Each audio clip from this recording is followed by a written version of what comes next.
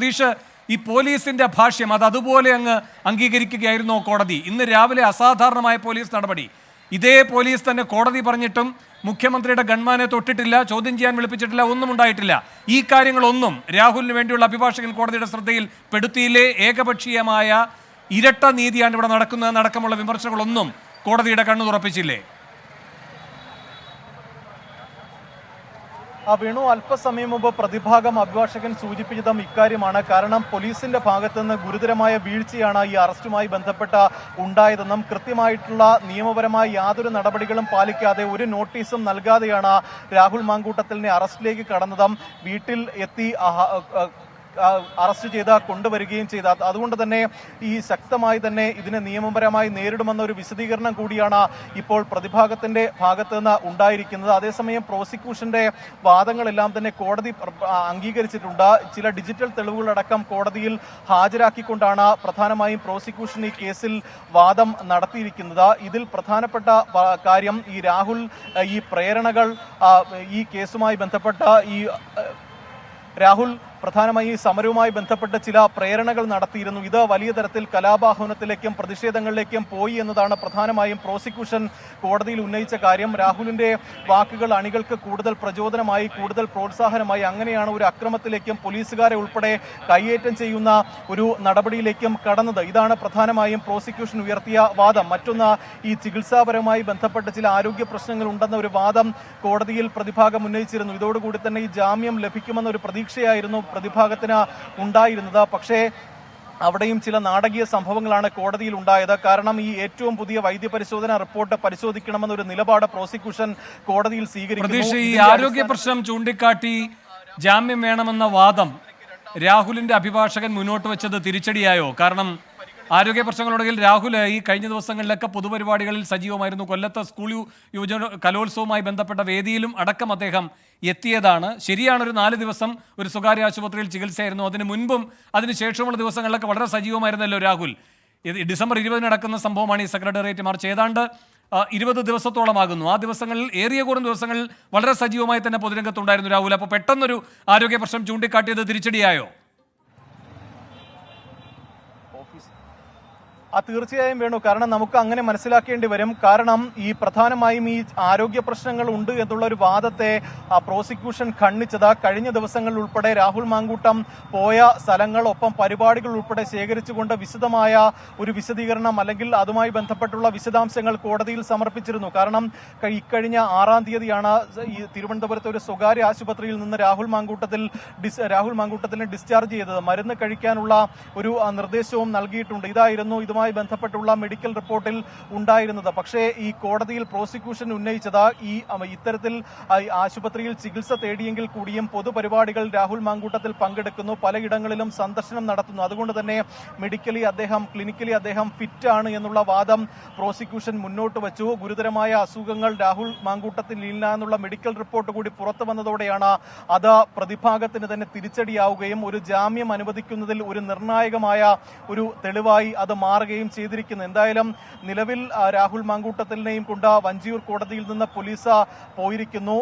വലിയ തരത്തിൽ പോലീസിനെ സംബന്ധിച്ചൊരു ആശ്വാസകരമായ കാര്യമാണ്. കാരണം ഈ പോലീസ് നടപടിക്കെതിരെ വലിയ വിമർശനങ്ങൾ, ആക്ഷേപങ്ങൾ ഉയർന്നിരുന്നു. യാതൊരു തരത്തിലുള്ള വിശ്വനാഥ് ഈ സംഭവത്തിന് ശേഷം പ്രതികരിക്കുകയുണ്ടായല്ലോ. ശക്തമായ വിമർശനമാണ് സർക്കാരിനെതിരെ വിശ്വനാഥ് ഉന്നയിച്ചത്. എന്തായിരുന്നു അതിന്റെ വിശദാംശങ്ങൾ? വേണു, PC വിഷ്ണുനാഥ് അടക്കം ഉന്നയിക്കുന്ന കാര്യം അകാരണമായാണ് ഈ പോലീസ് നടപടി ഉണ്ടാകുന്നത്. കഴിഞ്ഞ ദിവസങ്ങളിലടക്കം തിരുവനന്തപുരത്തും കൊല്ലത്തും ഈ വേദികളിൽ പങ്കെടുത്ത ഒരാളാണ് രാഹുൽ മാങ്കൂട്ടത്തിൽ. അതുകൊണ്ട് തന്നെ അപ്പോഴൊന്നും തന്നെ ഉണ്ടാകാത്ത ഒരു പോലീസ് നടപടി പുലർച്ചെ വീട്ടിൽ ഉണ്ടാകുന്നു. ഇത് ഭരണകൂട ഭീകരതയാണ്. ഇതൊരിക്കലും അംഗീകരിക്കാൻ കഴിയില്ല. ഇതാണ് രാഹുൽ മാങ്കൂട്ടത്തിന്റെ പ്രതികരണം. ഈ സർക്കാരിനെതിരായ പ്രതിഷേധങ്ങളെ പോലീസ് അടിച്ചമർത്തുന്നു എന്നതാണ് പ്രധാനമായും ഉയർത്തുന്ന മറ്റൊരു കാര്യം. എന്തായാലും വലിയ തരത്തിലുള്ള ഒരു വിമർശനങ്ങൾ ഇതുമായി ബന്ധപ്പെട്ട ഉയരുന്നു. അതാണ് നമുക്ക് മനസ്സിലാക്കാൻ കഴിയുന്ന പ്രതീക്ഷ. ഈ റിമാൻഡ് അപേക്ഷയിലടക്കം പോലീസ് പരിഹാസ്യമായ വാദങ്ങൾ നിരത്തിയെന്ന് കേൾക്കുന്നു. അതിന്റെ നിജസ്ഥിതി എന്താണ്? അതായത് രഹസ്യ അറിവിനെ തുടർന്നാണ് രാഹുൽ മാങ്കൂട്ടത്തിൽ അദ്ദേഹത്തിന്റെ വീട്ടിലുണ്ട് എന്നറിയുന്നത്. അതുകൊണ്ട് ക്രമസമാധാന പ്രശ്നമുണ്ടായിരിക്കാൻ പുലർച്ചെ റെയ്ഡ് ചെയ്ത് അവിടെ നിന്ന് പിടിച്ചുകൊണ്ടുവരുന്നു. ഇങ്ങനെയൊക്കെയുള്ള കാര്യങ്ങളാണ് രാഹുൽ മാങ്കൂട്ടത്തിലുമായി ബന്ധപ്പെട്ട് പോലീസ് കോടതിയെ ബോധ്യപ്പെടുത്തിയതെന്നാണ് അറിയുന്നത്. അതാണോ അതിന്റെ നിജസ്ഥിതി? ഇങ്ങനെയൊക്കെ പിടികൂടേണ്ടത്രയും നിയമത്തിന്റെ കരങ്ങളിൽ നിന്ന് ഓരോ തവണയും രക്ഷപ്പെടാൻ ശ്രമിക്കുന്ന ഒരു വലിയ കുറ്റവാളിയെ പോലെ രാഹുലിനെ അവതരിപ്പിക്കുകയാണോ പോലീസ്?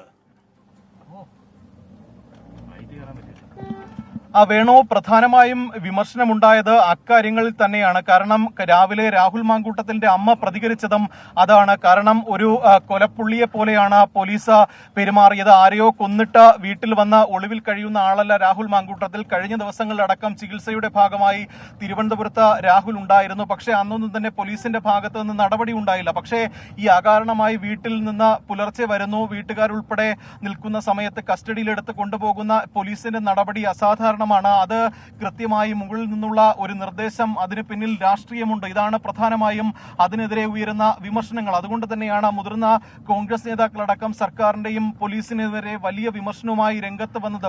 മുഖ്യമന്ത്രിയുടെ നിർദ്ദേശപ്രകാരമാണ് പോലീസ് ഇത്തരത്തിൽ പ്രവർത്തിക്കുന്നത് എന്നതാണ് പ്രധാനമായും വിമർശനമായി ഉയരുന്നത്. ഒപ്പം ഈ സർക്കാരിനെതിരായ പ്രതിഷേധങ്ങളെ പോലീസുമായി ചേർന്ന് സർക്കാർ അടിച്ചമർത്തുന്നുവെന്നും ഇപ്പോൾ പറയുന്നുണ്ട്.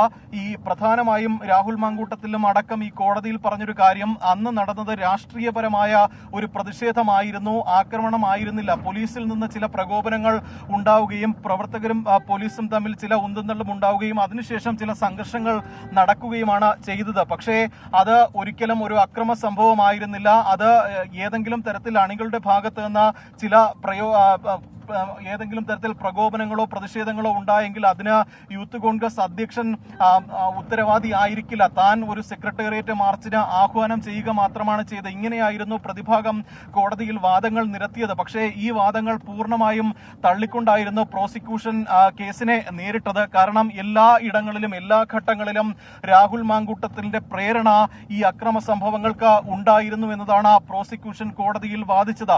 ഒന്നാം പ്രതി പ്രതിപക്ഷ നേതാവ് വി ഡി സതീശനും ഷാഫി പറമ്പിലും എം വിൻസെന്റ് MLA അടക്കം ഈ സമര സമയത്ത് എത്തിയിരുന്നുവെങ്കിൽ കൂടിയും ഈ എല്ലാ അക്രമ സംഭവങ്ങൾ നടക്കുമ്പോഴും അതിന് മുൻപന്തിയിൽ രാഹുൽ മാങ്കൂട്ടത്തിൽ ഉണ്ടായിരുന്നു. ഒപ്പം പോലീസുകാരെ കയ്യേറ്റം ചെയ്യുന്നതിലടക്കം രാഹുലിന്റെ ഒരു മൗന അനുവാദം ഉണ്ടായിരുന്നു. ഇതാണ് പ്രധാനമായും കോടതിയിൽ പ്രോസിക്യൂഷൻ ഉയർത്തിയ കാര്യം. അതുകൊണ്ട് തന്നെയാണ് ഈ കേസിൽ പ്രോസിക്യൂഷന് ഒരു മേൽക്കൈ നേടാനായതും. പ്രതീക്ഷാണ് വിവരങ്ങൾ നൽകിക്കൊണ്ടിരിക്കുന്നത്. ഇപ്പോൾ ഒരു വശത്ത് പ്രേക്ഷകർ കാണുന്നത് പൂജപ്പുര സെൻട്രൽ ജയിലിന് മുന്നിൽ നിന്നുള്ള ദൃശ്യങ്ങളാണ്. അവിടെ അല്പസമയത്തിനകം രാഹുൽ മാങ്കൂട്ടത്തിനെ കൊണ്ട് പോലീസ് വാഹനമെത്തും.